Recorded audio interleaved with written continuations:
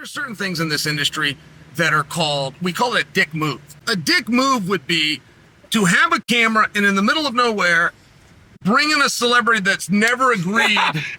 He never once agreed to even be part of this. I've been wanting to be on your channel for years. Yeah, like that'd be a dick move. You call a guy, you do things right. You don't just turn a camera on. No. But David Taylor entering the trials, 92 kilograms. This was the worst kept secret in wrestling, but now it's here. Daniel, what is going to happen at the trials with Taylor? Listen, Coach Taylor's making the team.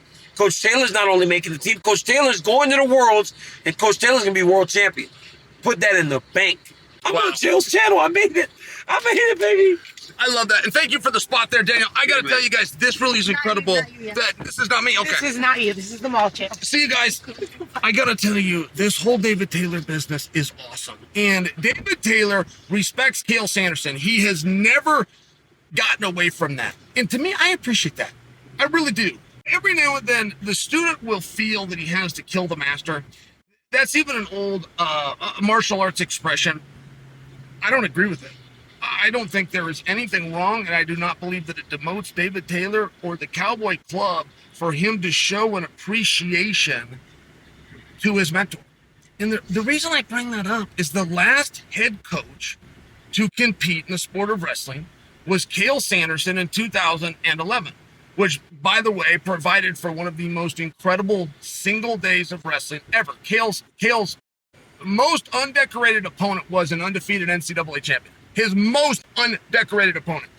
Prior to 2011, the last time a head coach competed, let's see, I believe it would have had to have been Rob Cole.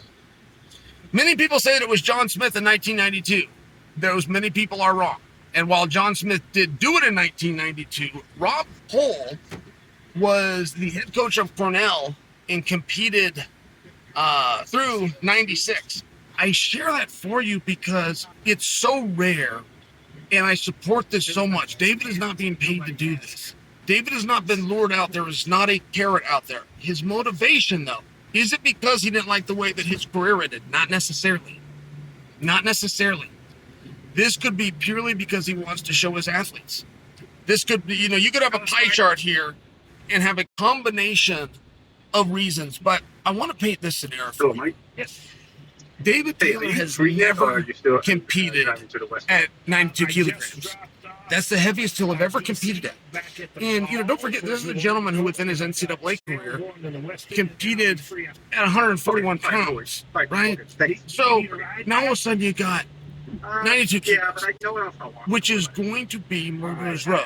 That's what the mini tournament is. And the only thing you have to look forward to is the number 3 guy in the world, Zahid Valencia. He's waiting for you in the finals, best of 3. If everything goes well, it'll be a lot like Chael Sonnen's experience where he's welcome to wrestling. You're getting very little to do a lot, and it will be amazing. And hopefully somebody will tell your story 20 years from now, right?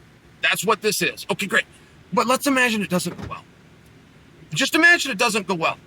Imagine that David Taylor finds himself on the backside as a head coach who is entering this, at least in part, to set an example for his athletes.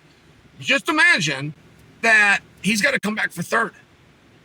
There's not a scenario where he is going to pull out, and so many guys, particularly on the senior level, do that. There's not a huge motivation for them to stay in, but you could see on the NCAA where you need points and you need those backside points, and the consolation greatly matters. And if you're trying to set an example, you've got to do just that. Like the mental battle that David Taylor would find himself in.